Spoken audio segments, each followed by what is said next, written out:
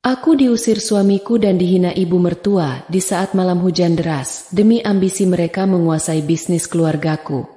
Namun aku tak tinggal diam. Setelah pengusiran itu aku tarik uangku 100 miliar dari bisnis itu dan buat mereka menangis menyesal. Sebelum masuk ke ceritanya, absen dulu yuk dengan cara subscribe, like, dan komen di bawah. Oke, kita mulai. Malam itu, gemerlap lampu kristal di langit-langit ballroom Hotel Bintang 5 seolah berlomba dengan kilau perhiasan yang dikenakan para tamu. Alunan musik klasik yang lembut mengalir di udara, bercampur dengan aroma parfum mahal dan desas-desus percakapan bisnis. Ini adalah malam perayaan ulang tahun kelima Kinaria Group, sebuah nama yang dalam waktu singkat telah menjadi raksasa di industri fashion retail Indonesia. Di tengah keramaian itu, Alina berdiri berdampingan dengan suaminya, Bram. Senyumnya tak pernah pudar. Tangannya dengan anggun menerima setiap jabat tangan dan ucapan selamat. Dari luar, mereka adalah potret pasangan sempurna, duo hebat di balik kesuksesan yang fenomenal. Alina mengenakan gaun sutra berwarna zamrud yang memeluk tubuhnya dengan pas. Rambutnya disanggul rapi, memperlihatkan leher jenjangnya yang dihiasi kalung berlian sederhana. Ia adalah definisi keanggunan dan kecerdasan. Namun, hanya ia yang tahu, senyum yang ia tampilkan malam itu terasa seperti topeng yang berat.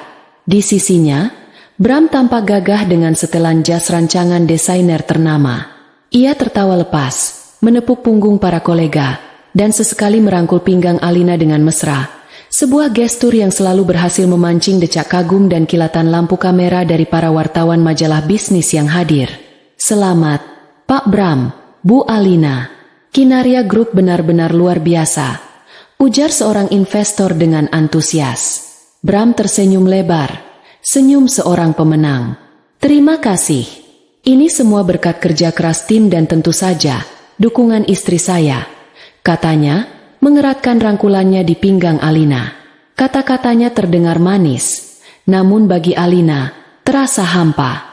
Ia tahu betul apa yang ada di balik dukungan itu.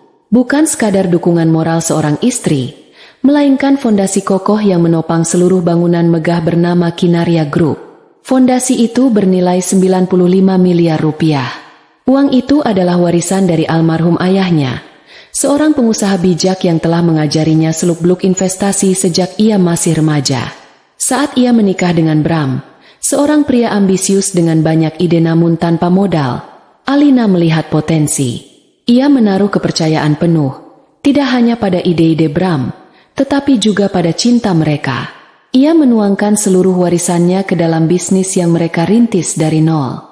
Ia ingat betul malam-malam tanpa tidur saat mereka baru memulai. Bram adalah wajah perusahaan, orang yang pandai bicara dan membangun jaringan. Sementara Alina adalah otaknya. Ia yang menyusun rencana bisnis hingga detail terkecil. Ia yang terbang ke berbagai negara untuk mencari pemasok bahan berkualitas. Ia yang menegosiasikan kontrak-kontrak penting dengan para pemilik properti untuk lokasi toko mereka. Ia adalah arsitek di balik layar. Sementara Bram adalah aktor di atas panggung. Awalnya, pembagian peran itu terasa adil. Mereka adalah tim. Namun, seiring berjalannya waktu, saat kesuksesan mulai meroket, Alina merasa perannya perlahan-lahan dihilangkan dari narasi publik. Media lebih sering menyorot Bram sebagai sang visioner muda. Bahkan ibu mertuanya, Ibu Santi, dalam setiap kesempatan wawancara keluarga, selalu memuji kehebatan putra tunggalnya tanpa pernah sedikit pun menyinggung peran Alina. Malam ini, perasaan tidak nyaman itu kembali menguat. Saat seorang rekanan bisnis bertanya tentang strategi ekspansi mereka ke pasar Asia Tenggara, Alina baru saja akan membuka mulut untuk menjelaskan analisis pasar yang telah ia kerjakan selama 3 bulan terakhir. Namun, Bram dengan cepat memotongnya. Oh, itu bagian teknis. Biar saya saja yang urus. Istri saya ini lebih hebat dalam urusan estetika dan konsep, katanya sambil tertawa ringan, seolah itu adalah sebuah pujian. Para tamu ikut tertawa, sementara Alina hanya bisa memaksakan senyum. Hatinya terasa seperti diremas. Strategi itu bukan sekadar bagian teknis. Itu adalah buah pemikirannya, hasil risetnya. Dan ia bukan hanya pengurus estetika. Ia adalah direktur strategi. Pandangannya berkeliling, mencari sosok ibu mertuanya. Ibu Santi sedang berbincang dengan beberapa sosialita, memamerkan tas tangan barunya yang harganya setara dengan sebuah mobil. Tatapan mereka bertemu sejenak. Alina melihat kilat kepuasan di mata wanita tua itu, seolah ia menikmati bagaimana putranya baru saja meremehkan menantunya di depan umum. Sejak awal, Ibu Santi tidak pernah benar-benar menyukainya. Di matanya, Alina hanyalah perempuan beruntung yang memiliki uang, bukan pasangan yang sepadan untuk Bramnya yang luar biasa. Rasa curiga yang selama ini coba ia tepis, kini mulai merayap kembali dengan lebih nyata. Beberapa minggu terakhir, ada banyak hal aneh yang terjadi. Rapat-rapat penting yang tiba-tiba dijadwalkan ulang tanpa pemberitahuan padanya. Beberapa folder di server perusahaan yang biasanya bisa ia akses, kini terproteksi, kata Sandi. Saat ia bertanya pada Bram, suaminya selalu punya jawaban yang masuk akal. Itu data investor baru, sayang. Sangat rahasia. Nanti kalau sudah final, aku pasti tunjukkan padamu. Atau, tim IT sedang melakukan pembaruan sistem, jadi beberapa akses dibatasi sementara. Alina ingin percaya, tetapi instingnya mengatakan ada sesuatu yang salah. Puncak kejanggalan terjadi sore tadi. Ia tidak sengaja masuk ruang kerja Bram untuk mengambil dokumen dan mendapati suaminya sedang berbicara di telepon dengan nada yang sangat serius dan pelan. Di hadapannya, Ibu Santi duduk sambil mengamati beberapa lembar kertas. Begitu mereka menyadari kehadiran Alina, Bram langsung menutup teleponnya dan Ibu Santi dengan sigap menumpuk kertas-kertas itu lalu menutupinya dengan majalah. Suasana menjadi canggung seketika. Ada apa, Ma, Bram? Tanya Alina, berusaha terdengar santai. Oh, tidak ada apa-apa, jawab Ibu Santi terlalu cepat. Hanya membahas rencana liburan keluarga. Bram mengangguk, tersenyum sedikit kaku. Iya, hanya itu. Kejutan untukmu. Alina tahu mereka berbohong. Ia bisa melihatnya dari cara mereka menghindari tatapannya. Tapi ia memilih untuk tidak mendesak. Ia hanya tersenyum tipis dan meninggalkan ruangan, dengan perasaan dingin yang menjalar di hatinya. Kini, di tengah pesta yang meriah ini, semua potongan teka-teki itu seolah mulai menyatu di benaknya. Tatapan puas Ibu Santi, cara Bram memotong penjelasannya, folder yang diproteksi, percakapan rahasia. Semua itu menunjuk pada satu arah yang menakutkan. Sebuah kemungkinan yang tak pernah berani ia bayangkan. Kemungkinan bahwa ia sedang disingkirkan secara perlahan dari perusahaan yang ia bangun dengan darah, keringat, dan seluruh hartanya. Seorang pelayan menawarkan segelas sampanye. Alina mengambilnya, merasakan dinginnya gelas di tangannya. Ia menatap bayangannya di dinding kaca ballroom. Ia melihat seorang wanita yang sukses, dikagumi banyak orang, hidup dalam kemewahan. Tapi di balik bayangan itu, ia merasa seperti seorang asing di kerajaannya sendiri. Pesta terus berlanjut. Bram naik ke atas panggung untuk memberikan pidato. Ia berbicara tentang mimpi, kerja keras, dan visi masa depan. Ia berterima kasih kepada karyawan, mitra bisnis, dan para investor. Di akhir pidatonya, ia menatap Alina.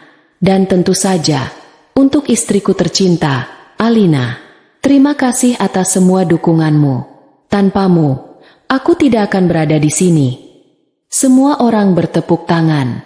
Beberapa tamu wanita menatap Alina dengan iri. Alina mengangkat gelasnya, membalas tatapan suaminya dengan senyum yang sama seperti yang ia pasang sepanjang malam. Namun di dalam hatinya, sebuah pertanyaan bergema tanpa henti. Jika ia begitu berarti, mengapa ia merasa akan segera dibuang?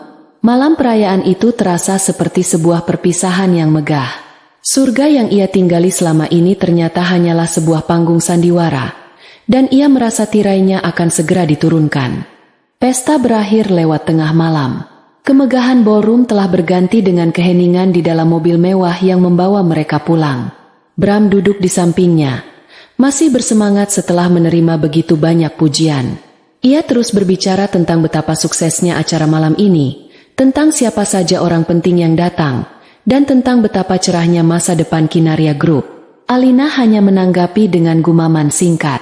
Kepalanya terasa berat, bukan karena lelah, melainkan karena beban pikiran yang semakin menghimpit. Topengnya sudah ia lepaskan, dan kini yang tersisa hanyalah wajah kaku yang menahan gejolak di dalam dada. Ibu Santi, yang ikut pulang bersama mereka, duduk di kursi belakang. Biasanya ia akan ikut menimpali cerita Bram dengan pujian-pujian yang melambungkan putranya. Namun malam ini ia lebih banyak diam. Sesekali Alina meliriknya dari kaca spion. Wanita tua itu tampak sedang berpikir keras. Tatapannya tajam menembus kegelapan malam di luar jendela. Keheningan Ibu Santi terasa lebih mengancam daripada celotehannya yang biasa.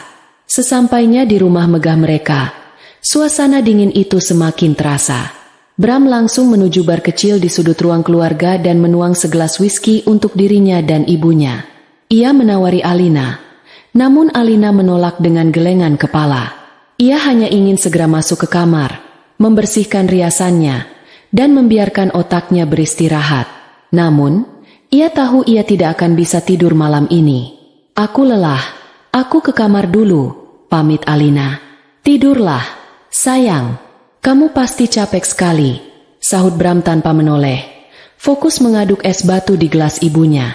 Tidak ada pelukan selamat malam. Tidak ada kecupan di kening seperti biasanya. Hanya ada punggung yang terasa semakin jauh. Di dalam kamar tidur mereka yang luas dan mewah, Alina melepaskan gaunnya. Ia berdiri di depan cermin besar, menatap pantulan dirinya. Riasannya sudah sedikit luntur, memperlihatkan lingkaran hitam tipis di bawah matanya. Ia merasa asing dengan wanita di cermin itu. Wanita yang membiarkan dirinya diremehkan, yang memilih diam saat intuisinya berteriak ada bahaya. Ia menyalakan sawer air hangat, berharap air yang mengalir bisa ikut melarutkan kekalutan di kepalanya. Namun, semakin ia mencoba untuk tenang, semakin jelas kepingan-kepingan puzzle pengkhianatan itu terbentuk. Setelah hampir 1 jam di kamar mandi, Alina keluar dengan mengenakan piyama sutra. Ia berharap Bram sudah menyusul ke kamar, tapi ruangan itu masih kosong. Samar-samar, ia mendengar suara percakapan dari lantai bawah. Bukan obrolan ringan, melainkan bisikan yang serius dan tertekan. Didorong oleh rasa curiga yang tak tertahankan lagi, ia melangkah keluar dari kamar. Dengan tanpa suara, ia menuruni tangga marmer yang dingin. Ia berhenti di pertengahan tangga, di titik di mana ia bisa mendengar suara dari ruang kerja Bram dengan lebih jelas, namun tetap tersembunyi dalam bayang-bayang. Suara Ibu Santi yang pertama kali ia tangkap, tajam dan tanpa basa-basi. Ini saatnya, Bram. Tidak ada waktu yang lebih tepat dari sekarang. Setelah kontrak besar di Singapura itu ditandatangani besok lusa, posisi kita akan sangat kuat. Investor baru itu akan menyuntikkan dana yang jauh lebih besar. Jantung Alina serasa berhenti berdetak. Singapura? Kontrak besar? Investor baru? Ia sama sekali tidak tahu menahu tentang ini. Kemudian ia mendengar suara Bram, suaminya. Terdengar sedikit ragu. Tapi bagaimana dengan Alina? Ini terlalu cepat. Dia pasti akan. Akan apa? Potong Ibu Santi dengan nada sinis. Dia hanya perempuan yang menaruh uang. Bram, otaknya memang pintar. Tapi jangan lupa, ini bisnis keluarga Prasetyo. Nama belakangmu yang tertera di sana, bukan nama dia. Kita tidak bisa selamanya berada di bawah bayang-bayang uangnya. Kita harus punya kendali penuh. Kamu yang harusnya jadi raja di kerajaanmu sendiri, bukan hanya pangeran yang tunduk pada permaisuri. Alina menahan napas. Setiap kata dari ibu mertuanya terasa seperti tusukan belati es yang menembus jantungnya. Jadi begitulah mereka memandangnya, hanya sebagai sumber uang. Setelah kontrak ditandatangani, kita langsung adakan rapat umum pemegang saham luar biasa. Lanjut Ibu Santi, suaranya kini penuh dengan strategi licik. Kita lakukan restrukturisasi perusahaan. Posisi direktur strategi yang dipegang Alina kita hapus. Kita gabungkan ke posisimu sebagai CEO. Lalu sahamnya, yang 95 miliar itu, kita cairkan paksa. Kita bayar sesuai nilai buku awal. Bukan nilai perusahaan sekarang. Dia tidak akan bisa berbuat apa-apa. Secara hukum, kita bisa melakukannya dengan persetujuan investor baru. Alina menutup mulutnya dengan tangan, menahan pekikan ngeri yang nyaris keluar. Mereka tidak hanya berencana menyingkirkannya, mereka berencana merampoknya, mengambil hasil jerih payahnya dengan nilai yang sangat rendah. Aku tidak yakin, Ma. Rasanya ini salah. Suara Bram terdengar lagi, lebih lemah dari sebelumnya. Salah? Desis Ibu Santi. Apa yang salah dengan mengambil kembali apa yang seharusnya menjadi milikmu? Kamu lupa, Bram, sebelum Alina datang dengan uangnya, kamu sudah punya mimpi ini. Dia hanya mempercepat prosesnya. Sekarang, saatnya kamu berlari sendiri tanpa perlu tongkat penyangga darinya. Pikirkan masa depan kita. Dengan kendali penuh, semua keuntungan akan menjadi milik kita. Tidak perlu lagi ada pembagian. Kamu bisa membelikanku rumah di Eropa. Kita bisa punya jet pribadi. Semua yang kamu inginkan. Terjadi keheningan sejenak. Alina bisa membayangkan bagaimana Ibu Santi menatap putranya, menyuntikkan racun keserakahan langsung ke dalam jiwanya. Lalu, suara Bram terdengar lagi. Kali ini, keraguannya telah lenyap, digantikan oleh nada yang dingin dan mantap. Baik, Ma, Mama benar. Ini demi masa depan kita. Ini harus dilakukan. Alina harus disingkirkan. Alina sudah mendengar semuanya. Dunia di sekelilingnya terasa berputar. Rasa sakit yang menyergapnya begitu hebat, begitu luar biasa, hingga ia nyaris tidak bisa bernapas. Pria yang ia cintai, yang ia berikan segalanya, telah bersekongkol dengan ibunya untuk menghancurkannya. Cinta, kepercayaan, dan tahun-tahun yang mereka lalui bersama, semuanya terasa seperti kebohongan besar. Dengan hati-hati, ia melangkah mundur, kembali menaiki tangga tanpa menimbulkan suara sedikit pun. Air mata yang sejak tadi ia tahan, kini mengalir deras di pipinya. Tapi ini bukan tangisan keputusasaan. Ini adalah tangisan kemarahan. Di dalam kamar, ia tidak lagi merebahkan diri di tempat tidur untuk meratapi nasibnya. Wanita yang lemah dan naif itu telah mati beberapa menit yang lalu di tangga. Matanya yang basah kini memancarkan kilat yang berbahaya. Otaknya yang biasanya ia gunakan untuk menyusun strategi bisnis, kini bekerja dengan kecepatan penuh untuk menyusun strategi perang. Mereka pikir ia hanya tongkat penyangga? Mereka pikir ia hanya sumber uang yang bisa disingkirkan begitu saja? Mereka salah besar. Ia bukan hanya fondasi dari perusahaan itu. Ia adalah seluruh bangunan itu sendiri. Dan ia akan meruntuhkannya di atas kepala mereka. Alina membuka laptopnya.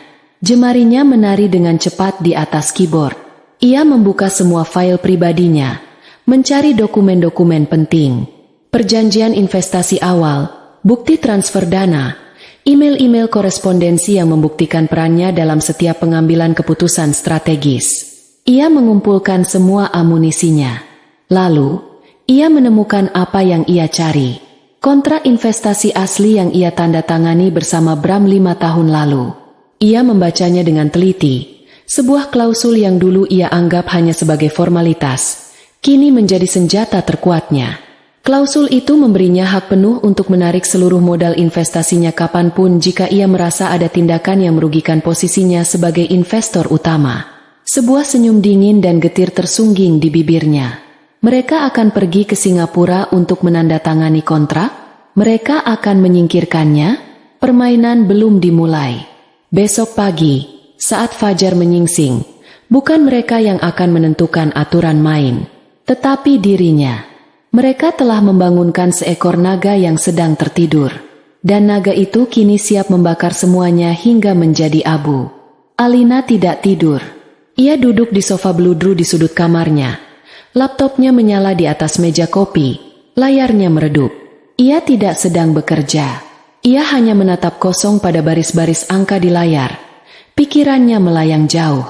Setiap suara di dalam rumah yang besar dan sunyi itu terdengar 10 kali lebih keras. Suara detak jam kuno di lorong, suara dengung samar lemari es dari dapur di lantai bawah, bahkan suara napasnya sendiri terasa memekakan telinga.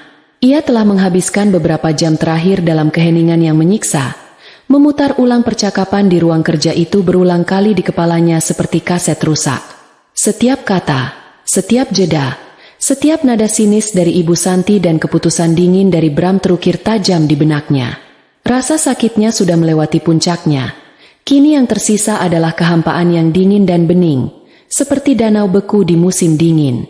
Ia sudah selesai dengan air matanya. Yang ada sekarang adalah sebuah ketenangan yang menakutkan. Ketenangan seseorang yang sudah tidak punya apa-apa lagi untuk kehilangan. Ia melirik jam digital di samping tempat tidurnya. Pukul 2.58 sebentar lagi. Instingnya memberitahunya bahwa mereka tidak akan menunggu sampai pagi. Mereka akan bergerak dalam kegelapan, seperti pencuri. Ia sudah menyiapkan sebuah tas travel kecil di dalam lemari pakaian, diisi dengan beberapa set pakaian kerja, laptop, semua dokumen pribadinya, dan beberapa perhiasan warisan ibunya. Ia melakukannya dengan gerakan mekanis, seolah tubuhnya bergerak sendiri sementara jiwanya hanya mengamati dari kejauhan. Tepat saat jam menunjukkan pukul 3, ia mendengar suara langkah kaki di tangga. Bukan langkah santai, melainkan langkah yang tergesa-gesa dan bertujuan. Lalu, kenop pintu kamarnya berputar perlahan tanpa ada ketukan. Pintu terbuka, menampakkan sosok Bram, diikuti oleh Ibu Santi yang berdiri di belakangnya seperti bayangan jahat. Mereka berdua sudah berpakaian rapi. Bram mengenakan kemeja polo dan celana katun, pakaian yang biasa ia kenakan saat akan bepergian dengan pesawat. Ibu Santi memakai blus sutra dan syal bermotif. Wajahnya dirias tipis, seolah siap untuk sarapan di lounge bandara. Mereka tampak seperti dua orang asing yang salah masuk kamar. Mata Bram bertemu dengan mata Alina yang sedang duduk di sofa. Ada keterkejutan sesaat di wajahnya. Mungkin karena ia mengira akan mendapati istrinya sedang tertidur lelap, tidak sadar akan pengkhianatan yang akan menimpanya. "Alina, kamu belum tidur?" tanya Bram. Suaranya terdengar sedikit canggung. Alina tidak menjawab. Ia hanya menatap mereka berdua dengan tatapan yang tidak bisa mereka baca. Tatapan itu tidak menunjukkan kemarahan, kesedihan, atau ketakutan. Tatapan itu kosong, membuat mereka berdua merasa tidak nyaman. Ibu Santi, yang tidak punya kesabaran untuk basa-basi, melangkah maju. "Kami akan berangkat. Ada urusan bisnis penting." Alina akhirnya bersuara. Suaranya serak namun stabil. "Urusan bisnis di Singapura." Pertanyaan itu membuat Bram dan ibunya membeku. Wajah mereka memucat. Mereka tidak menyangka Alina tahu. Keheningan yang tegang memenuhi ruangan selama beberapa detik. Sebelum Bram berhasil menguasai diri, ekspresinya berubah dari terkejut menjadi dingin dan keras. Topeng suami yang penuh perhatian itu telah dilepas, menampakkan wajah serakah yang selama ini tersembunyi. "Ternyata kau sudah tahu. Bagus, itu membuat semuanya jadi lebih mudah," kata Bram, nadanya datar dan tanpa emosi. Ia berjalan lebih jauh ke dalam ruangan, tangannya dimasukkan ke dalam saku celananya, sebuah gestur arogan yang belum pernah Alina lihat sebelumnya. "Kami akan mengambil alih perusahaan sepenuhnya. Ini adalah bisnis keluarga kami, keluarga Prasetyo." Lalu ia mengucapkan kalimat yang telah Alina dengar dalam bisikan beberapa jam sebelumnya, namun kini diucapkan langsung di hadapannya dengan kekejaman yang menusuk. "Kau tak usah ikut." Alina merasakan sisa-sisa terakhir dari hatinya retak dan hancur berkeping-keping. Mendengarnya secara langsung terasa 1000 kali lebih menyakitkan. Namun, ia menolak untuk memberi mereka kepuasan melihatnya hancur. Ia menegakkan punggungnya, dagunya terangkat. "Jadi, setelah 5 tahun kerja kerasku, setelah 95 miliar yang aku investasikan, begini akhirnya?" tanyanya dengan tenang. Ibu Santi tertawa kecil. Suara tawa yang terdengar seperti gesekan kaca pecah.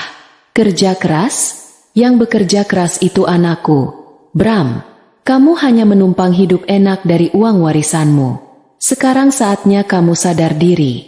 Tempatmu bukan di sini lagi." Ia menunjuk ke pintu dengan dagunya. "Keluar dari rumah ini. Rumah ini dibeli atas nama Bram. Bawa saja pakaianmu dan pergi." Perkataan itu adalah penghinaan terakhir. Rumah yang desain interiornya ia rancang sendiri, taman yang bunganya ia pilih satu persatu, Setiap sudut yang menyimpan kenangan, kini menjadi milik mereka. Dan ia diusir seperti pengemis. Aku tidak akan pergi dengan tangan kosong, kata Alina. Suaranya kini mengandung nada baja. Bram tersenyum meremehkan. Oh ya? Kami sudah bicara dengan pengacara. Kamu akan mendapatkan bagianmu sesuai hukum. Tapi jangan harap banyak. Perusahaan ini dibangun oleh keringatku. Alina balas tersenyum. Sebuah senyum tipis yang tidak mencapai matanya. Senyum itu membuat Bram dan Ibu Santi merasa ada yang tidak beres. Mereka mengharapkan air mata, teriakan, permohonan. Mereka tidak siap menghadapi ketenangan ini. Tanpa berkata apa-apa lagi, Alina berdiri. Ia berjalan ke lemari pakaian, membukanya, dan mengeluarkan tas travel kecil yang sudah ia siapkan. Gerakannya tenang dan tidak tergesa-gesa. Ia memeriksa isinya sekali lagi, memastikan semua yang ia butuhkan ada di sana. Bram dan Ibu Santi hanya mengamatinya dalam diam, bingung dengan reaksinya. Setelah menutup tasnya, Alina berjalan menuju meja rias. Ia melepaskan cincin kawin berlian dari jari manisnya. Cincin yang dulu Bram pasangkan dengan janji cinta abadi. Dengan gerakan pelan, ia meletakkan cincin itu di atas meja, di samping foto pernikahan mereka. Suara denting pelan saat logam bertemu dengan permukaan kaca meja terdengar begitu nyaring di ruangan yang senyap itu. Itu adalah suara dari sebuah akhir. Ia berjalan melewati mereka berdua tanpa menoleh. Ia tidak memberikan mereka tatapan terakhir, tidak mengucapkan selamat tinggal. Bagi Alina, mereka sudah mati. Ia menuruni tangga yang terasa begitu asing, melewati ruang keluarga di mana ia dan Bram dulu sering menonton film bersama, menuju pintu depan yang megah. Saat tangannya memegang gagang pintu, Bram memanggil dari atas tangga. Alina, jangan berbuat bodoh. Kamu tidak akan bisa apa-apa tanpa aku. Alina berhenti sejenak, tapi tidak berbalik. Kamu salah, Bram, katanya. Suaranya bergema di ruangan besar itu. Pertanyaannya adalah, apa kamu bisa berbuat sesuatu tanpa uangku? Dengan itu, ia membuka pintu dan melangkah keluar ke dalam udara dingin sebelum fajar. Pintu kayu yang berat itu tertutup di belakangnya dengan suara klik yang tegas, memisahkannya dari kehidupan lamanya untuk selamanya. Ia berdiri sejenak di jalan masuk yang melingkar, menatap rumah yang tidak lagi menjadi miliknya. Lampu-lampu di dalam tampak hangat, sebuah ilusi kebahagiaan yang kini terasa begitu memuakan. Ia tidak merasa sedih. Ia tidak merasa kehilangan. Yang ia rasakan hanyalah amarah yang membara dan kebebasan yang aneh. Mereka pikir mereka telah mengusirnya. Mereka tidak tahu bahwa mereka baru saja melepaskannya. Kegelapan sebelum fajar terasa pekat dan dingin. Alina berdiri di tepi jalan di depan gerbang rumahnya yang menjulang tinggi, hanya diterangi oleh cahaya remang dari lampu jalan. Sebuah taksi yang ia pesan melalui aplikasi di ponselnya berhenti tepat di depannya. Pengemudi itu menatapnya dengan sedikit heran. Seorang wanita berpakaian piyama sutra yang mahal dengan mantel panjang, berdiri sendirian dengan sebuah tas travel pada pukul 3 pagi. Alina tidak mempedulikan tatapan itu. Ia masuk ke dalam taksi dan menyebutkan nama salah satu hotel paling mewah di pusat kota. Selama perjalanan, Alina hanya diam menatap keluar jendela. Lampu-lampu kota yang berkelip-kelip melesat melewatinya, menciptakan jejak cahaya yang kabur. Sama kaburnya dengan 5 tahun terakhir hidupnya. Ia tidak menangis. Fase itu sudah lewat. Otaknya kini bekerja seperti mesin, memproses data, menganalisis situasi, dan merumuskan strategi. Rasa sakit akibat pengkhianatan itu telah bermetamorfosis menjadi sesuatu yang lain, sesuatu yang lebih tajam dan lebih kuat, sebuah tujuan. Bram dan Ibu Santi telah membuat kesalahan fatal. Mereka meremehkannya. Mereka mengira ia hanyalah seorang istri manja yang akan hancur jika ditinggalkan. Mereka lupa bahwa sebelum menjadi istri Bram, ia adalah Alina Suryatjaja, putri dari seorang pengusaha legendaris yang mengajarinya bahwa dalam bisnis tidak ada ruang untuk sentimen. Sesampainya di hotel, ia melangkah masuk ke lobi yang megah dan sepi. Resepsionis yang bertugas malam itu menyambutnya dengan profesional. Tanpa ragu, Alina memesan presidential suite. Ia butuh tempat yang luas, tempat yang bisa menjadi markasnya, sebuah benteng untuk merencanakan serangan baliknya. Ia membayar deposit dengan kartu kredit pribadinya, kartu yang tidak terhubung sama sekali dengan rekening perusahaan atau suaminya. Di dalam suite yang lebih besar dari apartemen kebanyakan orang, dengan pemandangan kota yang terhampar di balik jendela raksasa, Alina akhirnya bisa bernapas sedikit lebih lega. Ia tidak menyalakan televisi atau menjelajahi ruangan itu. Ia langsung menuju meja kerja yang terbuat dari kayu mahoni, mengeluarkan laptopnya, dan menyambungkannya ke jaringan internet hotel yang berkecepatan tinggi. Ia memesan kopi hitam paling pekat dari layanan kamar. Sambil menunggu, ia mulai menyusun langkah-langkahnya. Langkah pertama, memotong sumber kekuatan musuh. Sumber kekuatan mereka adalah uangnya. Saat kopi tiba, matahari bahkan belum menunjukkan sinarnya. Alina mengangkat telepon. Panggilan pertamanya adalah ke Pak Tirtayasa, pengacara kepercayaan keluarganya sejak zaman ayahnya. Pria tua bijaksana itu sudah seperti paman baginya.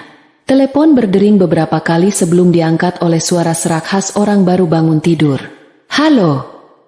Selamat pagi, Pak Tirta. Maaf mengganggu sepagi ini. Ini Alina." Di seberang telepon, suara Pak Tirta langsung berubah waspada. "Alina? Ada apa? Nak, kamu baik-baik saja? Tidak biasanya menelepon jam segini." Alina menarik napas dalam-dalam. Dengan suara yang ia usahakan setenang mungkin, ia menceritakan semuanya. Bukan sebagai seorang wanita yang patah hati, melainkan sebagai seorang klien yang melaporkan adanya tindakan penggelapan dan konspirasi di dalam perusahaannya sendiri. Ia menjelaskan tentang rencana perjalanan ke Singapura, tentang upaya untuk menyingkirkannya dari struktur perusahaan, dan tentang pengusirannya dari rumah. Terjadi keheningan panjang di ujung sana, yang kemudian dipecah oleh suara napas berat Pak Tirta yang menahan amarah. "Anak itu, dan ibunya, beraninya mereka melakukan ini padamu. Setelah semua yang kamu berikan." "Saya tidak menelepon untuk dikasihani, Pak," potong Alina dengan tegas. "Saya butuh Bapak bertindak. Sekarang juga. Saya mau kita gunakan klausul 11B dalam perjanjian investasi awal. Saya akan menarik seluruh dana saya dari Kinaria Group. 95 miliar. Semuanya. Saya ingin prosesnya dimulai tepat saat ban buka pagi ini." Pak Tirta terdiam sejenak, mencerna instruksi kliennya. Lalu suaranya terdengar lagi, kali ini penuh dengan kekaguman dan semangat juang. "Instruksi diterima, Alina. Saya akan segera menghubungi tim saya. Jam 8 pagi, semua dokumen akan siap. Kita akan melumpuhkan mereka sebelum mereka sempat sarapan di Singapura." "Bagus," kata Alina. "Selain itu, siapkan juga gugatan cerai. Tuntut pembagian aset yang paling maksimal untuk saya. Jadikan ini perceraian paling buruk dalam hidupnya." "Dengan senang hati, Nak, dengan senang hati." Setelah menutup telepon dengan Pak Tirta, Alina merasa sedikit lebih ringan. Ia sudah menggerakkan artileri pertamanya. Panggilan kedua adalah ke David, penasihat keuangan pribadinya yang brilian, seorang profesional muda yang mengelola portofolio investasi Alina di luar Kinaria Group. "David, Alina di sini." Sapanya tanpa basa-basi saat panggilannya dijawab. "Pagi, Bu Alina." "Tumben sekali," jawab David, selalu profesional. "Saya butuh bantuanmu. Akan ada dana masuk dalam jumlah sangat besar ke rekening saya hari ini, sekitar 95 miliar. Saya baru saja melikuidasi seluruh investasi saya di Kinaria Group." Terdengar suara David mengetik cepat di komputernya. "Baik, Bu. Saya mengerti. Apakah Ibu ingin dana tersebut langsung diinvestasikan kembali atau ditempatkan di rekening penampungan? Siapkan beberapa rekening holding baru atas nama saya pribadi. Pecah dana itu ke dalam 5 rekening berbeda. Saya ingin jejaknya sulit dilacak untuk sementara waktu. Dan bekukan semua akses atau kartu kredit tambahan yang terhubung dengan Bram Prasetyo dari rekening pribadi saya yang lain. Potong semuanya. Segera saya laksanakan, Bu Alina. Saya akan kirimkan detail rekening barunya dalam 1 jam. Terima kasih, David. Panggilan selesai. Alina meletakkan ponselnya. Ia berjalan ke jendela besar. Di ufuk timur, garis tipis berwarna jingga mulai muncul, membelah langit yang gelap. Fajar akan segera tiba. Ini adalah fajar pertamanya sebagai wanita yang bebas. Rasa sakit itu masih ada, mengintai di sudut hatinya seperti bayangan, tapi kini tertutupi oleh gelombang adrenalin dan perasaan berkuasa yang kuat. Ia tidak lagi merasa seperti korban. Ia adalah pemain utama dalam permainannya sendiri. Ia menghabiskan sisa waktu sebelum pagi dengan mandi air hangat.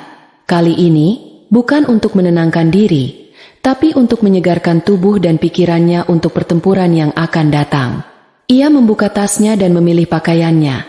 Sebuah setelan blazer berwarna merah marun yang tajam, dipadukan dengan kemeja sutra putih dan celana panjang berwarna senada.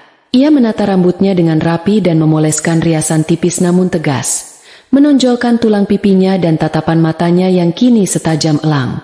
Saat ia menatap pantulannya di cermin, ia hampir tidak mengenali wanita yang balas menatapnya.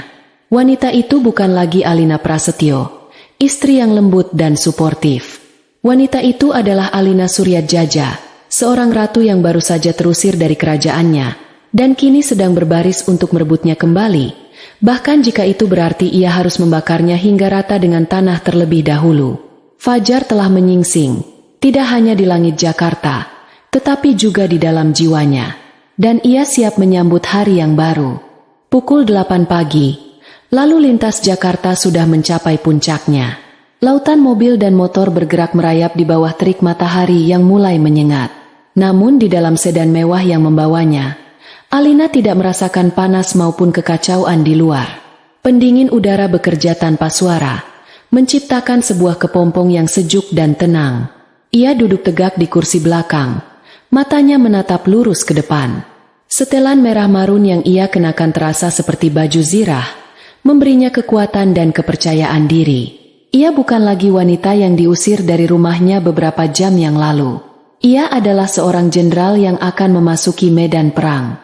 Mobil berhenti di depan sebuah gedung perkantoran tua yang megah di kawasan Menteng. Papan nama dari Kuningan yang terpasang di depannya bertuliskan, Tirtayasa O Partners Law Firm. Ini adalah benteng pertahanan keluarganya selama puluhan tahun. Almarhum ayahnya sangat mempercayai firma hukum ini, dan sekarang, Alina menaruh nasibnya di tangan yang sama. Pak Tirtayasa sudah menunggunya di lobi. Pria berusia 60-an itu masih tampak gagah dengan kemeja batiknya yang rapi. Matanya yang biasanya memancarkan kehangatan seorang paman, kini terlihat tajam dan serius. Ia menyambut Alina dengan anggukan hormat, tanpa banyak bicara. Ia mengerti bahwa ini bukan waktunya untuk obrolan basa-basi atau ucapan simpati. Ini adalah waktu untuk bertindak. Mereka langsung menuju ruang rapat utama, sebuah ruangan berpanel kayu gelap yang dipenuhi rak-rak buku berisi kitab-kitab hukum tebal. Di atas meja panjang, sebuah tim kecil yang terdiri dari 3 pengacara muda sudah siap dengan tumpukan dokumen yang tersusun rapi. Pak Tirtayasa duduk di kepala meja, dan Alina di sampingnya. Semua sudah kami siapkan sesuai instruksimu, Alina, kata Pak Tirta, suaranya berat dan mantap. Ia mendorong sebuah map tebal ke arah Alina. Ini adalah surat kuasa penarikan dana, salinan asli perjanjian investasi, dan pemberitahuan resmi kepada pihak bank mengenai pelaksanaan klausul 11B. Tim kami juga sudah menyiapkan draft gugatan cerai dan pembekuan aset bersama. Alina memeriksa dokumen-dokumen itu dengan teliti. Matanya bergerak cepat, memindai setiap pasal dan kalimat. Otaknya bekerja dengan presisi yang dingin. Sempurna, katanya setelah beberapa menit. Tidak ada celah yang bisa mereka manfaatkan. Pak Tirta menghela napas. Alina, saya harus bertanya sekali lagi. Kamu yakin? Langkah ini tidak bisa ditarik kembali. Ini akan menghancurkan Kinaria Group sampai ke fondasinya. Alina mengangkat wajahnya, menatap lurus ke mata pengacara tua itu. Perusahaan itu sudah hancur saat mereka mengkhianati saya. Pak, fondasi yang Anda sebutkan itu adalah uang saya, kerja keras saya, dan kepercayaan saya. Mereka sudah menghancurkan kepercayaan saya. Sekarang, saya hanya mengambil kembali 2 hal lainnya. Mendengar ketegasan dalam suara Alina, Pak Tirta mengangguk pelan. Ia melihat pancaran kekuatan almarhum sahabatnya di mata gadis itu. Baiklah, kalau begitu, mari kita selesaikan ini. 1 jam kemudian, Alina dan Pak Tirta tiba di gedung pencakar langit yang menjadi kantor pusat bank swasta terbesar di negeri itu. Disinilah rekening utama Kinaria Group berada. Disinilah jantung keuangan perusahaan itu berdetak. Dan Alina datang untuk menghentikan detak jantung itu. Berkat reputasi Pak Tirta Yasa dan status Alina sebagai nasabah prioritas, mereka tidak perlu menunggu. Mereka langsung diantar ke lantai eksekutif untuk bertemu dengan Direktur Operasional Bank, Pak Wibowo. Pak Wibowo adalah seorang pria parubaya yang selalu tampil tenang dan terkendali. Ia menyambut mereka dengan senyum ramah di ruangannya yang berdinding kaca, menawarkan kopi dan kue-kue kecil. Ia mengenal Alina dan Bram sebagai pasangan emas, klien bergengsi yang selalu ia banggakan. Selamat pagi, Bu Alina, Pak Tirta. Suatu kehormatan menerima kunjungan Anda berdua. Ada yang bisa saya bantu? Apakah ada rencana ekspansi baru dari Kinaria Group yang perlu kami dukung? Sapanya dengan hangat. Alina membalas senyumnya, sebuah senyum tipis yang terasa dingin. Selamat pagi, Pak Wibowo. Terima kasih atas sambutannya. Kedatangan saya hari ini memang terkait Kinaria Group, tapi bukan untuk ekspansi. Ia memberi isyarat kepada Pak Tirta. Pengacara itu maju dan meletakkan map tebal di atas meja kaca di antara mereka. Kami di sini untuk melaksanakan instruksi dari klien kami, Bu Alina Suryadjaja, selaku investor primer dari Kinaria Group, kata Pak Tirta dengan nada formal. Pak Wibowo menatap map itu dengan kening berkerut. Senyumnya perlahan memudar. Alina melanjutkan, suaranya tenang namun setiap katanya berbobot seperti batu. Sesuai dengan perjanjian investasi yang terdaftar di bank Anda, saya, dengan ini, hendak menarik seluruh dana investasi saya dari rekening perusahaan. Senilai total 95 miliar rupiah. Efektif segera. Jika sebuah bom meledak di ruangan itu, mungkin dampaknya tidak akan sehebat kalimat yang baru saja diucapkan Alina. Pak Wibowo membeku. Pena yang ada di tangannya jatuh ke atas meja, menimbulkan suara ketukan yang keras. Matanya melebar, menatap Alina dengan tidak percaya, seolah memastikan ia tidak salah dengar. Dahinya mulai berkeringat. Sebagai seorang bankir senior, ia tahu persis apa arti dari penarikan dana sebesar itu. Itu bukan lagi sekadar transaksi. Itu adalah sebuah kiamat finansial bagi perusahaan manapun. 95 miliar. Ulangnya dengan suara tercekat. Bu Alina, Anda serius? Ini adalah seluruh modal kerja perusahaan. Tanpa dana ini, Kinaria Group akan lumpuh total. Saya sangat serius, Pak, jawab Alina. Nadanya tidak berubah. Tapi ini jumlah yang sangat besar. Prosesnya tidak bisa dilakukan begitu saja. Perlu waktu, perlu konfirmasi dari Pak Bram sebagai direktur utama. Pak Wibowo berusaha mencari jalan untuk menunda. Kepanikan mulai menjalari suaranya. Disinilah Pak Tirta mengambil alih. Pak Wibowo, katanya dengan suara tegas yang membuat sang direktur bank terdiam. Semua dokumen yang Anda butuhkan ada di dalam map itu. Surat kuasa, perjanjian asli, dan dasar hukumnya.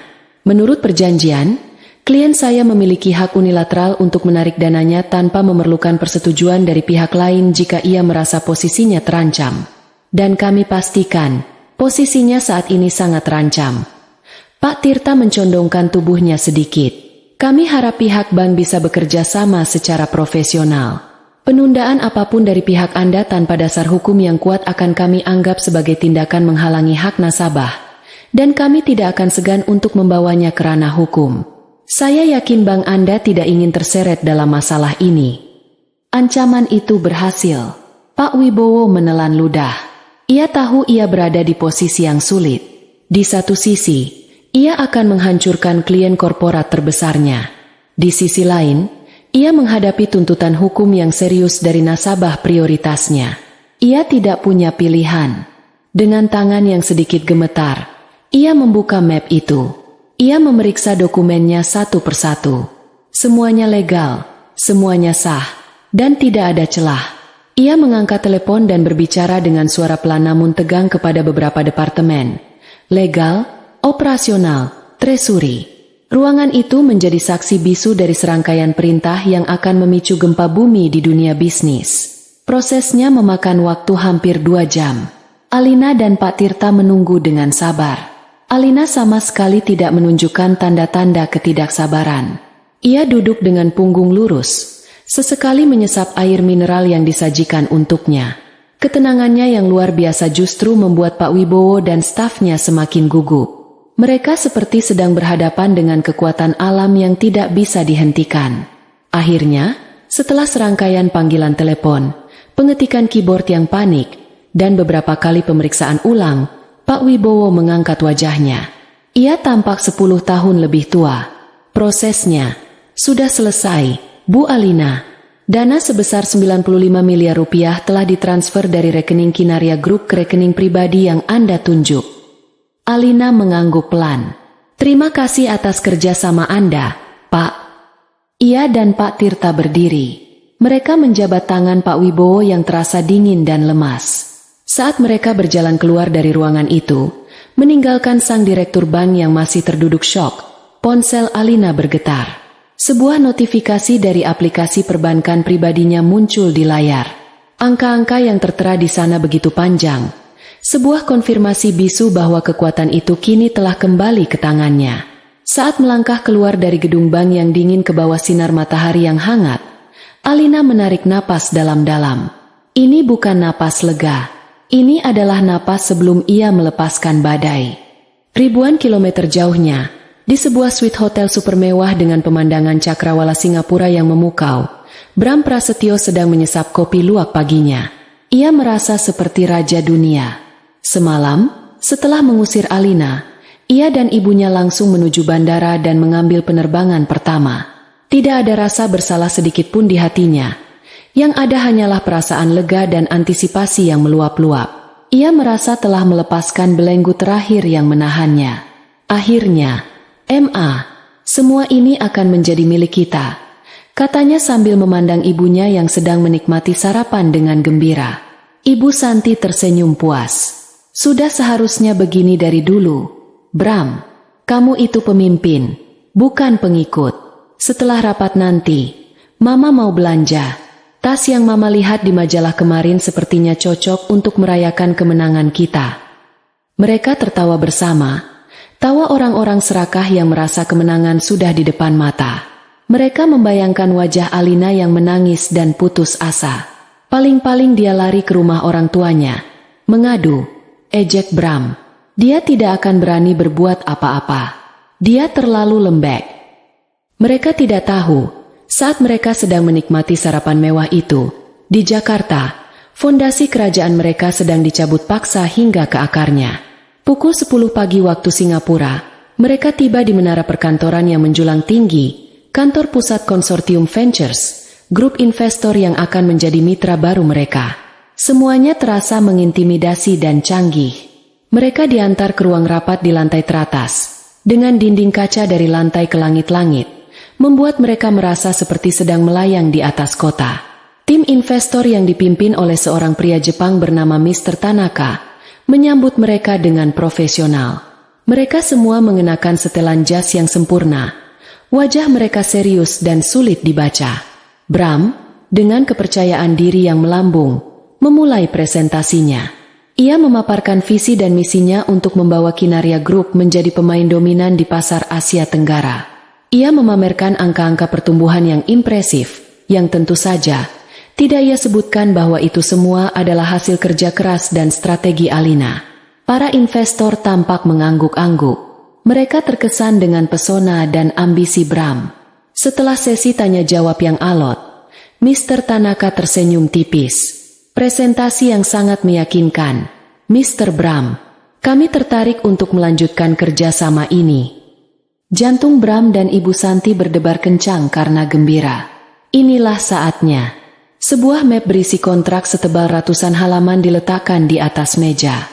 Ini adalah draft final perjanjian kita, lanjut Mr. Tanaka. Sebagai langkah awal dan tanda komitmen bersama, setelah penandatanganan ini, kami harapkan pihak Anda dapat mentransfer dana deposit awal sebesar 10 miliar rupiah ke rekening joint venture yang sudah kita siapkan. Setelah itu, dana investasi tahap pertama dari pihak kami akan segera dicairkan. Tentu saja, tidak masalah, sahut Bram dengan cepat dan penuh semangat. Ini adalah formalitas yang sudah ia duga. Ia merasa sangat hebat. Dengan tangan yang mantap, Bram menandatangani setiap halaman yang diperlukan. Ia merasa seperti sedang menandatangani akta kepemilikan dunia. Setelah selesai, ia dengan angkuh mengeluarkan ponselnya dan menghubungi direktur keuangannya di Jakarta melalui panggilan video. Pak Rudi, pagi. Tolong segera transfer dana 10 miliar dari rekening operasional utama ke nomor rekening ini ya. Perintah Bram, sambil menunjukkan nomor rekening yang diberikan oleh tim Mr. Tanaka. Di seberang layar, wajah Pak Rudi tampak bingung dan panik. Pagi, Pak. Maaf, Pak. Transfer tidak bisa dilakukan. Kening Bram berkerut. Ia merasa sedikit kesal karena bawahannya ini mempermalukannya. Apa maksudmu tidak bisa? Lakukan saja. Ini perintah. Bentaknya dengan suara pelan. Bukan begitu, Pak. Saldonya tidak ada, Pak. Rekening utama kita kosong. Bahkan minus. Semua dana ditarik beberapa jam yang lalu. Darah serasa surut dari wajah Bram. Kosong. Jangan bercanda. Rudi, kemarin saldo kita masih ratusan miliar. Cek lagi.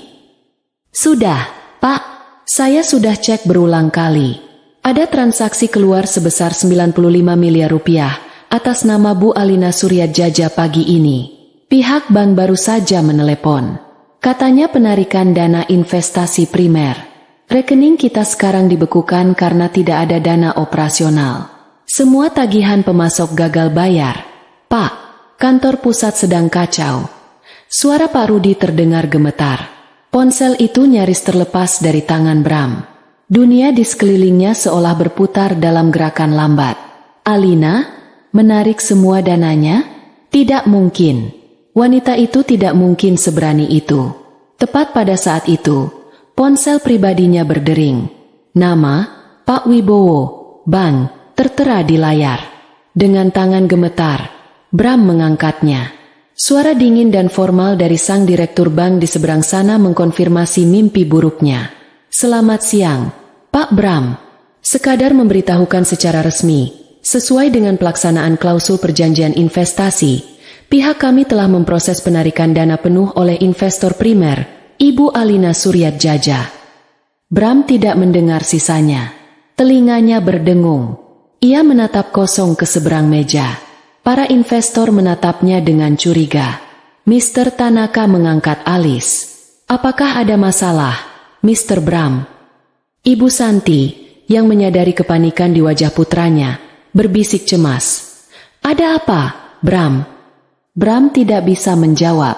Mulutnya terasa kering. Ia mencoba tersenyum, tapi yang keluar hanyalah seringai kaku yang mengerikan. Hanya sedikit masalah teknis perbankan. Sebentar. Tapi sudah terlambat. Ekspresi para investor telah berubah dari terkesan menjadi dingin. Mereka adalah pebisnis ulung yang bisa mencium bau masalah dari jarak 1 mil. Mr. Tanaka berdiri. Saya rasa ada sesuatu yang tidak Anda jelaskan pada kami, Mr. Bram. Katanya dengan nada sedingin es. Kami akan menunda perjanjian ini sampai ada kejelasan. Kami tidak berbisnis dengan pihak yang fondasi keuangannya tidak stabil. Ia bahkan tidak menunggu jawaban Bram. Ia dan timnya langsung membereskan berkas mereka dan berjalan keluar dari ruang rapat. Selamat siang, katanya singkat sebelum menghilang di balik pintu. Meninggalkan Bram dan Ibu Santi yang membeku di kursi mereka. Ruangan yang tadinya terasa seperti puncak dunia, kini terasa seperti kuburan yang dingin dan sunyi. Penghinaan itu begitu total. Mereka dipermalukan habis-habisan. Saat hanya tinggal mereka berdua, kepanikan Ibu Santi meledak. Apa yang terjadi, Bram? Apa maksudnya dana ditarik? Perempuan itu, pekiknya. Suaranya yang biasanya angkuh kini terdengar melengking ketakutan. Dia mengambil semuanya. MA, 95 miliar. Dia mengambil semua uangnya, teriak Bram, meninju meja kaca dengan frustrasi. Mereka saling pandang, dan untuk pertama kalinya, mereka menyadari betapa bodohnya mereka. Mereka telah membangun istana di atas tanah milik orang lain, dan kini sang pemilik telah mengambil kembali tanahnya, membuat istana mereka runtuh menjadi debu. Kinaria Group, tanpa dana Alina, hanyalah sebuah nama tanpa nilai. Mereka bangkrut. Di dalam taksi kembali ke hotel, keheningan mencekam menyelimuti mereka sebelum akhirnya pecah menjadi pertengkaran sengit. Mereka saling menyalahkan. Ini semua idemu, MA. Kamu yang tidak bisa mengendalikan istrimu, Bram. Kembali di suite hotel yang mewah, kemewahan itu kini terasa seperti ejekan. Kepanikan mereka berubah menjadi keputusasaan yang putus asa. Hanya ada satu jalan keluar. Satu-satunya harapan mereka. Kita harus menemukan Alina, desis Bram, wajahnya pucat pasi. Kita harus bicara padanya. Kita harus memohon padanya. Dia harus mengembalikan uang itu. Ia mengambil ponselnya dan mencoba menelepon nomor Alina berulang kali. Tapi yang terdengar hanyalah suara operator yang monoton. Nomor yang Anda tuju sedang tidak aktif atau berada di luar jangkauan. Badai itu telah datang, dan mereka terperangkap tepat di pusatnya, tanpa tempat untuk berlindung. Penerbangan dari Singapura ke Jakarta terasa seperti perjalanan melintasi neraka bagi Bram dan Ibu Santi. Tidak ada lagi arogansi dan senyum kemenangan. Yang ada hanyalah wajah pucat, mata yang merah karena kurang tidur dan stres, serta keheningan yang syarat dengan kepanikan dan tuduhan yang tak terucap. Mereka duduk di kelas bisnis. Namun kenyamanan kursi kulit yang empuk sama sekali tidak terasa. Setiap turbulensi kecil di udara terasa seperti pertanda dari kejatuhan mereka yang jauh lebih besar. Begitu mendarat di Jakarta, mereka tidak pulang ke rumah. Mereka tahu rumah itu terasa kosong dan dingin tanpa Alina, dan mungkin saja, secara hukum, mereka sudah tidak berhak berada di sana. Tujuan pertama mereka adalah rumah orang tua Alina. Dengan sisa-sisa harapan, mereka pikir Alina mungkin mencari perlindungan di sana.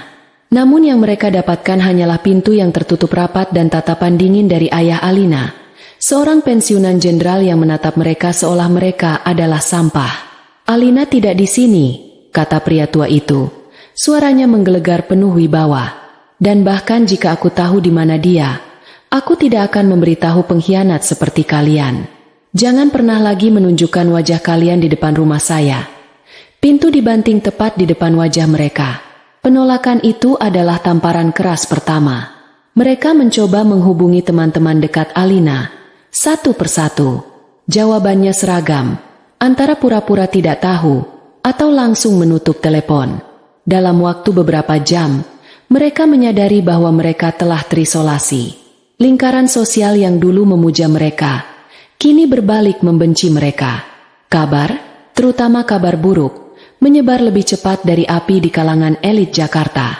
Cerita tentang pengusiran Alina dan keruntuhan finansial Kinaria Group pasti sudah menjadi bisik-bisik di setiap arisan dan pertemuan bisnis. Putus asa dan kehabisan akal, Bram menggunakan sisa uang di kartu kredit pribadinya untuk menyewa seorang detektif swasta. Perintahnya sederhana dan mendesak. Temukan istri saya, Alina Suryatjaja. Cari tahu di mana dia menginap. Detektif itu bekerja cepat. Dengan melacak transaksi terakhir kartu kredit pribadi Alina yang tidak bisa diakses Bram, ia menemukan lokasinya dalam waktu kurang dari 3 jam. Sebuah hotel bintang 5 di jantung kota, di Presidential Suite. Informasi itu bagaikan secercah harapan sekaligus tamparan kedua. Alina tidak sedang menangis di rumah orang tuanya. Ia tidak bersembunyi dalam kesedihan. Ia tinggal di salah satu kamar hotel termahal di kota. Sebuah tindakan yang menunjukkan kekuatan, bukan kelemahan. Tanpa pikir panjang, Bram dan Ibu Santi meluncur ke hotel tersebut. Penampilan mereka sudah sangat kacau.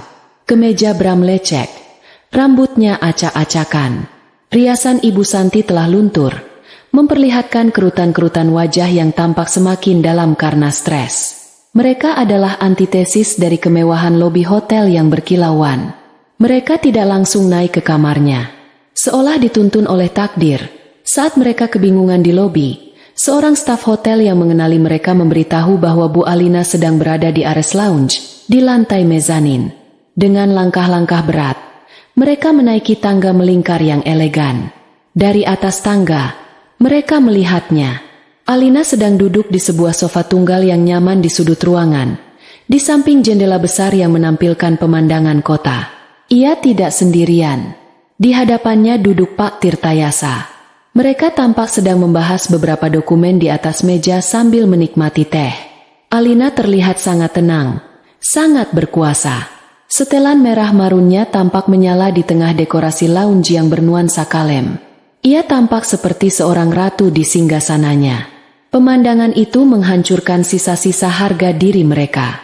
Mereka mendekat dengan ragu, seperti dua pesakitan yang akan menghadap hakim. Alina, yang menyadari kehadiran mereka dari sudut matanya, tidak menunjukkan keterkejutan. Ia hanya mengangkat kepalanya perlahan. Tatapannya dingin dan menusuk. Ia memberi isyarat kecil pada Pak Tirta, yang kemudian mengangguk, membereskan dokumennya, dan berdiri.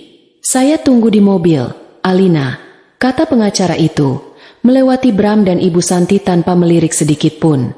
Kini hanya ada mereka bertiga. Keheningan yang menyiksa menggantung di udara.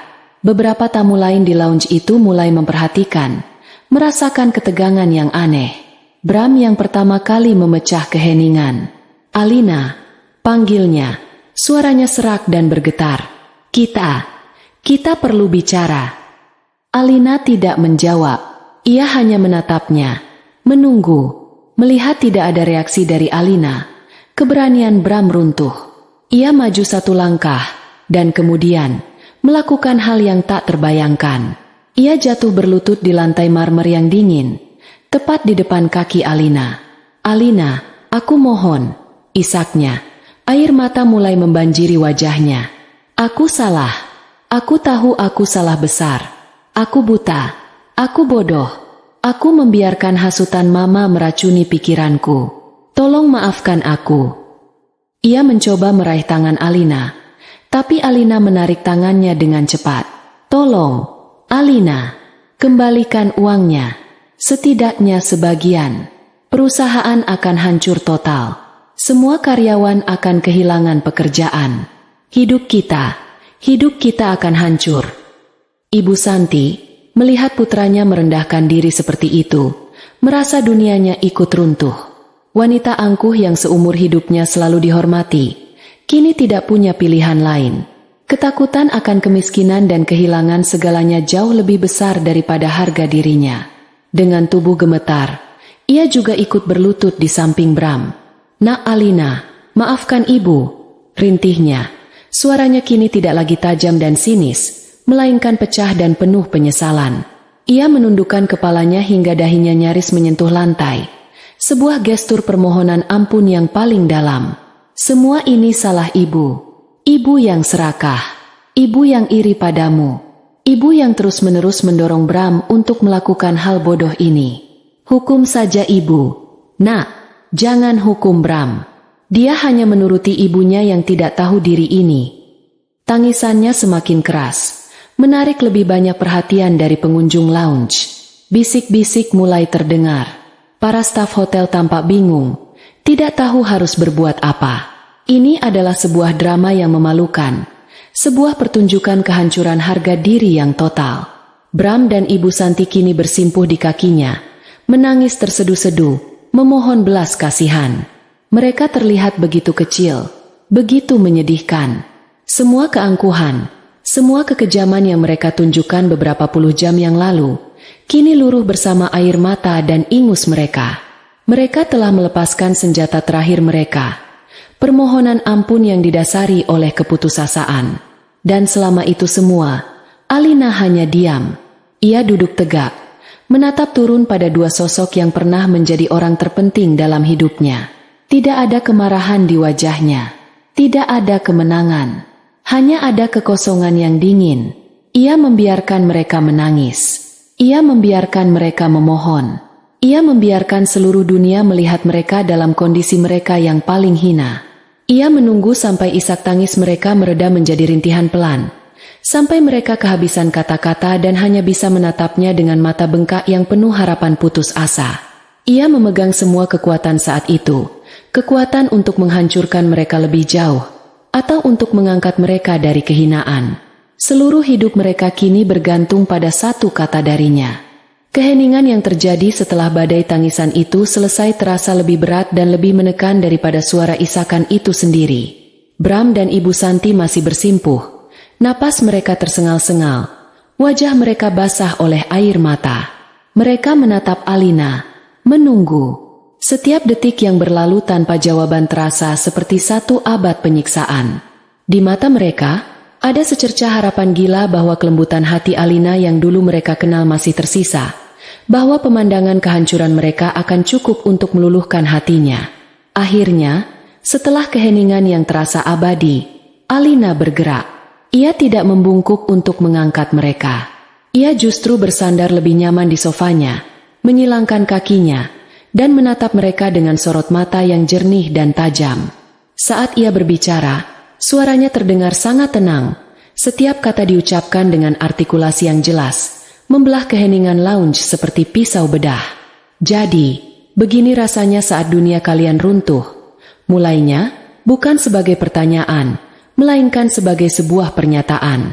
Menarik sekali melihat bagaimana sepasang singa yang mengaum garang di malam hari, bisa berubah menjadi anak anjing yang gemetaran saat fajar tiba.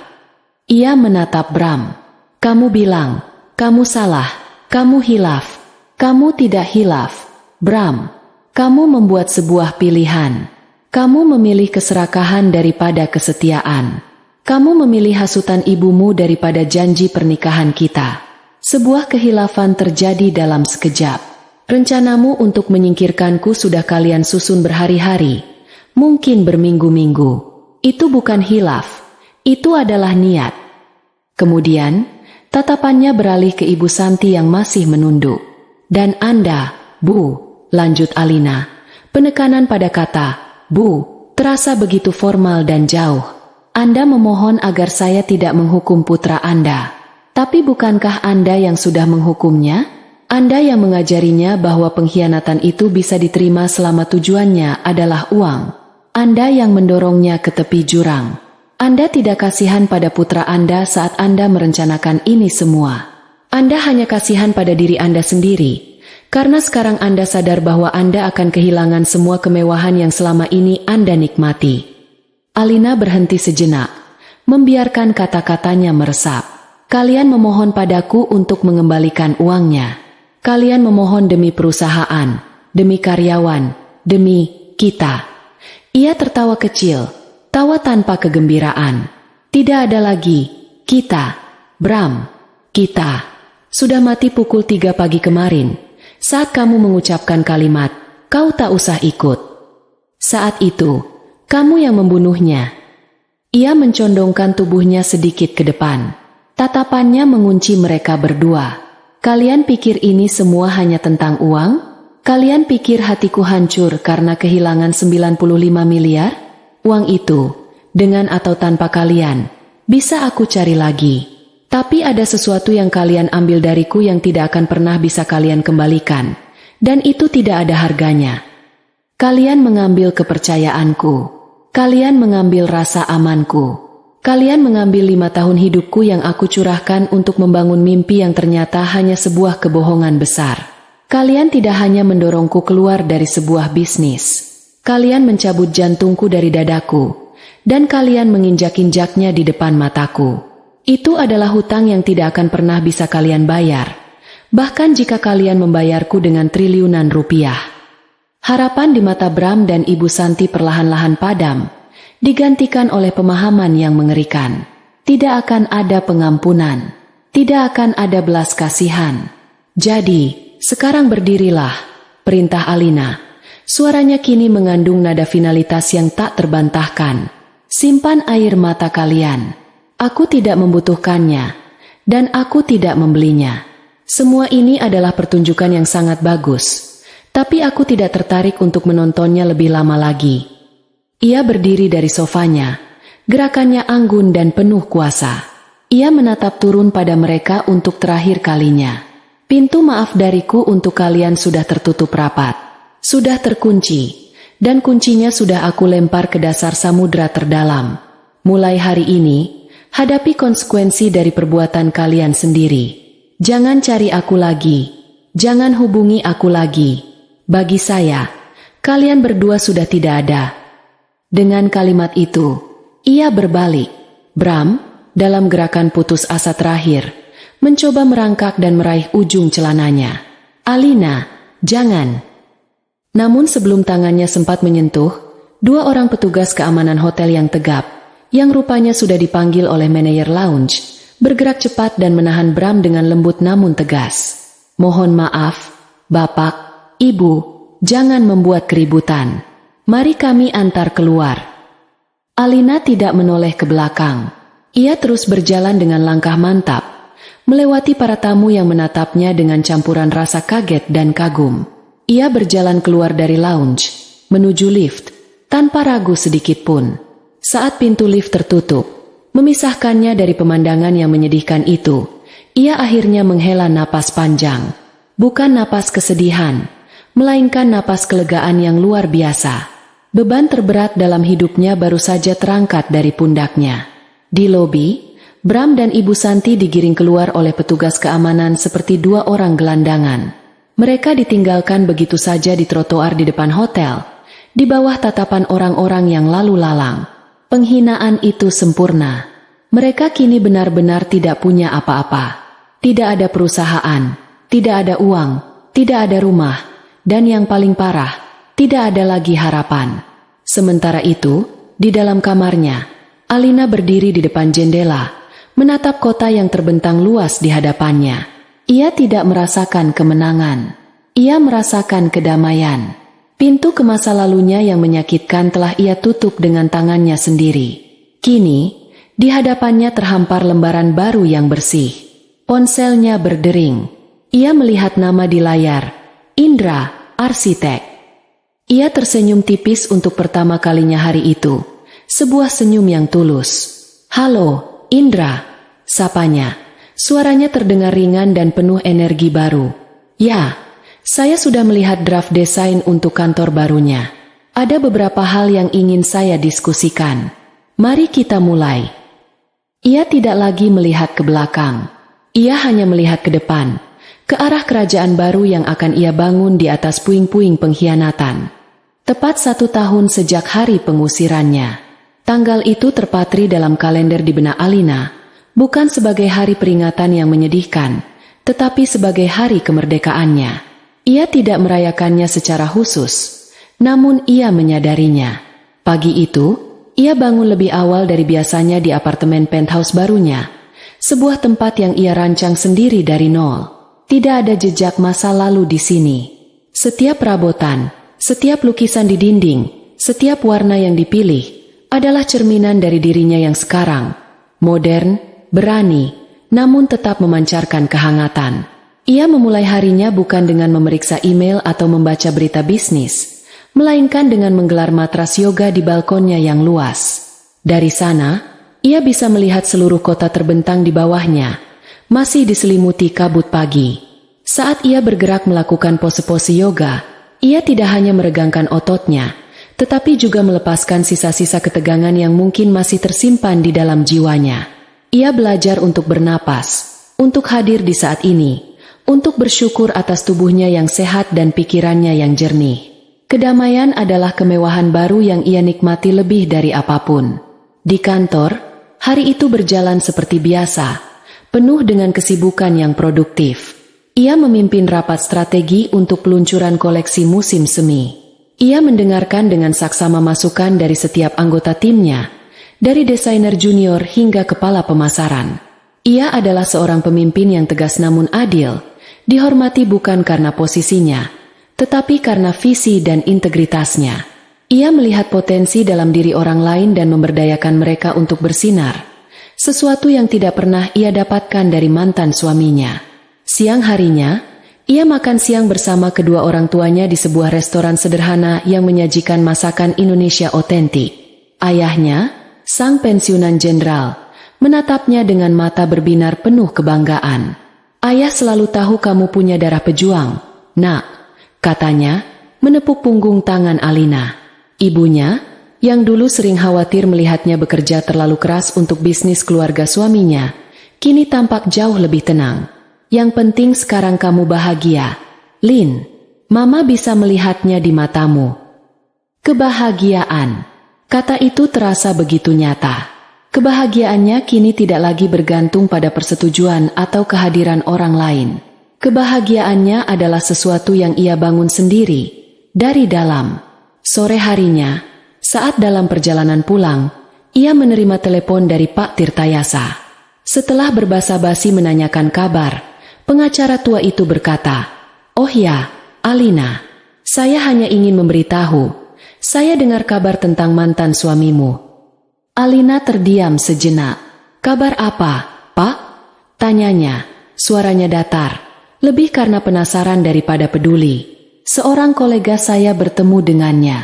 Rupanya sekarang dia bekerja sebagai agen asuransi. Dia terlihat sangat kurus dan tidak terurus.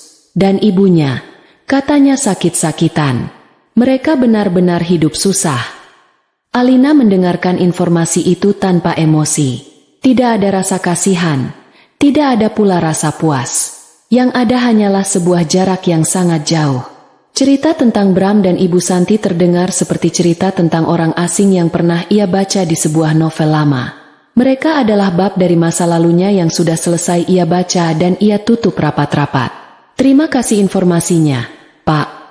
Hanya itu yang ia katakan, sebelum mengalihkan pembicaraan ke topik lain.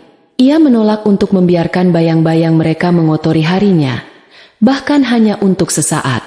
Malam itu, ia tidak langsung tidur. Ia membuat secangkir teh chamomile dan kembali duduk di balkonnya. Kota di bawahnya kini berkelip dengan jutaan cahaya, seperti permadani berlian yang tak berujung. Ia merenungkan perjalanan luar biasanya selama 1 tahun terakhir. Ia teringat pada wanita yang diusir dari rumahnya sendiri pada pukul 3 pagi. Dengan hati yang hancur dan masa depan yang tampak gelap gulita, ia ingin sekali memeluk wanita itu dan membisikkan padanya, "Jangan takut, kamu akan baik-baik saja. Kamu akan lebih dari baik-baik saja." Pengkhianatan itu adalah api yang membakarnya hingga menjadi abu. Namun dari abu itulah, ia terlahir kembali menjadi Phoenix yang jauh lebih kuat dan agung. Rasa sakit itu telah menjadi gurunya yang paling keras. Mengajarinya tentang kekuatan dirinya sendiri, tentang pentingnya harga diri, dan tentang perbedaan antara cinta sejati dengan ilusi kepemilikan. Ia tidak lagi membenci Bram dan Ibu Santi. Kebencian hanya akan mengikatnya pada mereka. Ia telah memaafkan, bukan untuk mereka, tetapi untuk dirinya sendiri. Memaafkan bukan berarti melupakan atau menerima kembali perbuatan mereka. Memaafkan berarti melepaskan beban emosional dari pundaknya, sehingga ia bisa terbang lebih tinggi tanpa terbebani oleh masa lalu. Ia telah menerima bahwa semua itu terjadi karena sebuah alasan, untuk membangunkannya dari tidur panjangnya, untuk menunjukkan padanya bahwa ia ditakdirkan untuk menjadi ratu di kerajaannya sendiri, bukan hanya menjadi permaisuri di kerajaan orang lain. Saat cahaya pertama fajar mulai menyembul di ufuk timur, mewarnai langit dengan sapuan warna oranye dan merah muda, Alina tersenyum. Ini bukan hanya sekadar matahari terbit yang menandai hari baru. Ini adalah mataharinya. Matahari terbit untuk dirinya sendiri. Ia telah melewati malam yang paling gelap dan panjang dalam hidupnya. Dan kini ia berdiri tegak untuk menyambut paginya yang baru. Sebuah pagi yang cerah dan penuh dengan kemungkinan tak terbatas. Ia adalah Alina Suryatjaja, wanita yang membangun kembali dunianya. Dan kini, ia siap untuk menulis sisa ceritanya sendiri. 5 tahun telah berlalu. Waktu telah menjadi pematung yang handal, membentuk kembali kehidupan, mengikis tepi yang tajam, dan memunculkan keindahan yang tak terduga dari bongkahan masa lalu yang hancur. Bagi Alina Suryatjaja, 5 tahun ini adalah bukti bahwa setelah badai terganas sekalipun, matahari tidak hanya terbit kembali, tetapi juga bisa bersinar lebih hangat dari sebelumnya.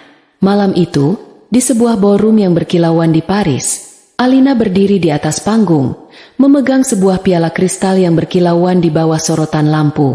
Aura label baru saja memenangkan penghargaan, Global Ethical Brand of the Year, sebuah pengakuan prestisius yang menempatkan perusahaannya di puncak industri fashion dunia.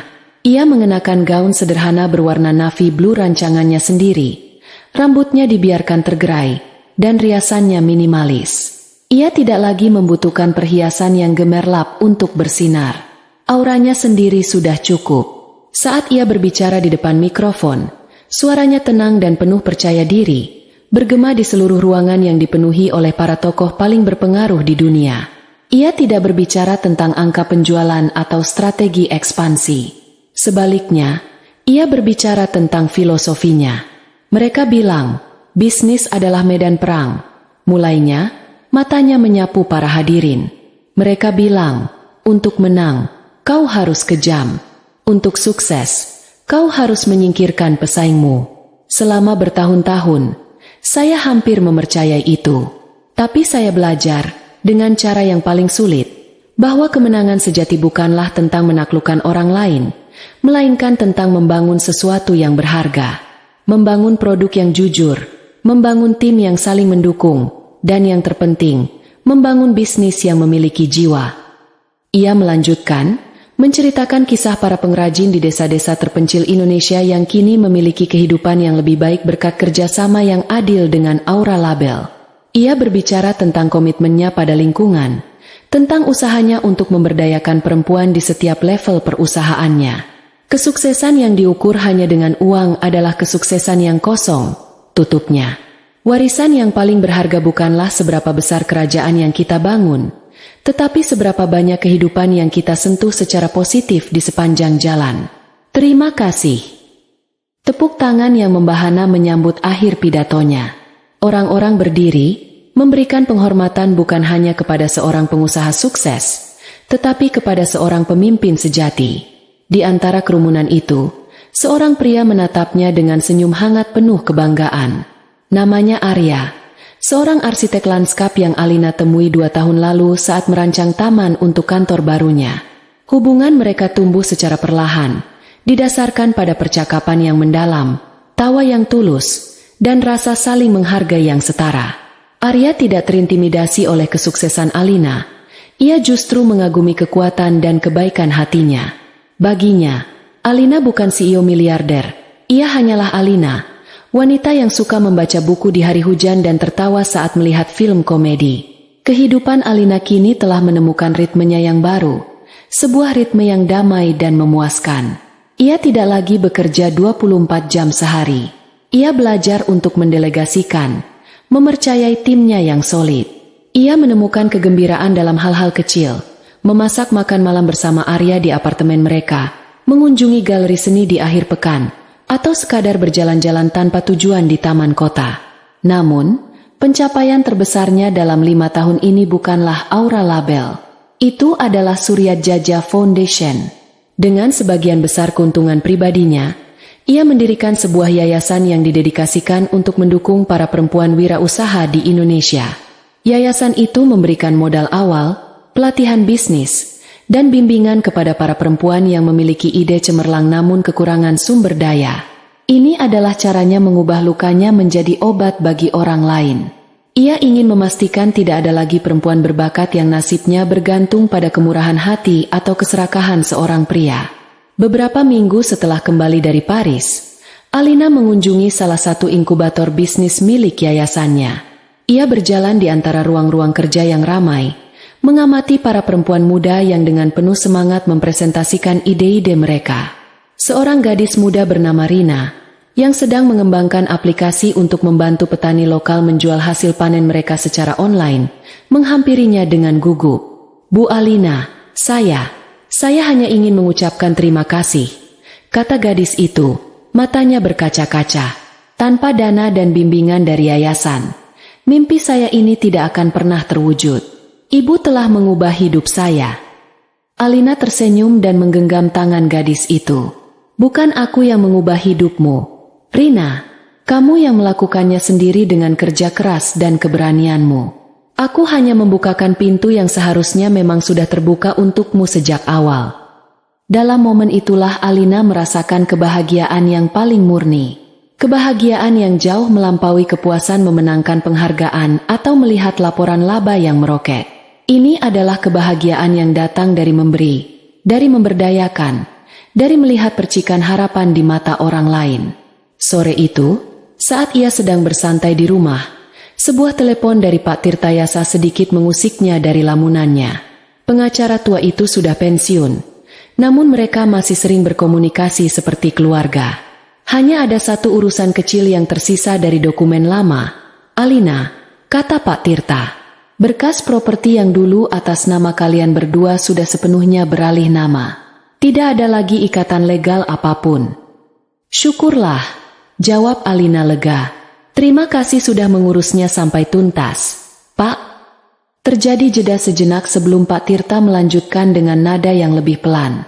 "Kebetulan, pengacara yang mengurus pihak lawan memberitahu saya, Ibu Santi meninggal dunia 6 bulan yang lalu. Rupanya sudah lama sakit." Alina terdiam. Berita itu tidak mengejutkannya, tetapi tetap saja menimbulkan perasaan aneh di dalam hatinya. Sebersit kesedihan yang samar, bukan untuk wanita yang telah menyakitinya, tetapi untuk tragedi kehidupan itu sendiri. "Lalu, bagaimana dengan Bram?" tanyanya pelan. "Dia tidak ada di pemakaman ibunya. Kabarnya dia pindah ke kota kecil di Jawa Tengah bertahun-tahun yang lalu, mencoba memulai hidup baru. Tidak ada yang tahu persis apa yang dia kerjakan. Dia seolah menghilang begitu saja." Setelah telepon ditutup, Alina berjalan ke balkon. Senja mulai turun, melukis langit dengan warna-warna pastel yang lembut. Ia memikirkan Bram dan Ibu Santi. Tidak ada lagi amarah. Tidak ada lagi kebencian. Yang ada hanyalah perasaan kosong, seperti membaca paragraf terakhir dari sebuah buku yang sudah lama selesai. Kisah mereka telah berakhir dengan cara yang menyedihkan, sebuah konsekuensi alami dari pilihan-pilihan yang mereka buat. Ia berharap, dimanapun Bram berada, ia akhirnya menemukan kedamaian, sama seperti yang telah Alina temukan. Arya keluar ke balkon dan memeluknya dari belakang, meletakkan dagunya di bahu Alina. "Sedang memikirkan apa?" bisiknya. Alina bersandar pada tubuh Arya yang hangat dan kokoh. Ia menatap matahari yang perlahan terbenam di cakrawala. "Hanya berpikir, betapa anehnya hidup ini," jawabnya. "Kadang, hal-hal terburuk yang terjadi pada kita justru menuntun kita ke tempat-tempat yang paling indah." Ia tidak lagi melihat masa lalunya sebagai sebuah tragedi. Ia melihatnya sebagai sebuah prolog yang diperlukan, sebuah babak pertama yang kelam yang membuat babak-babak selanjutnya terasa jauh lebih cerah dan berarti. Matahari terbit yang dulu ia sambut sendirian kini telah berganti menjadi matahari terbenam yang ia nikmati bersama orang yang ia cintai. Pertempuran telah usai. Kerajaannya telah berdiri kokoh. Dan yang terpenting, jiwanya telah menemukan warisan terbesarnya, sebuah ketenangan yang tak ternilai harganya.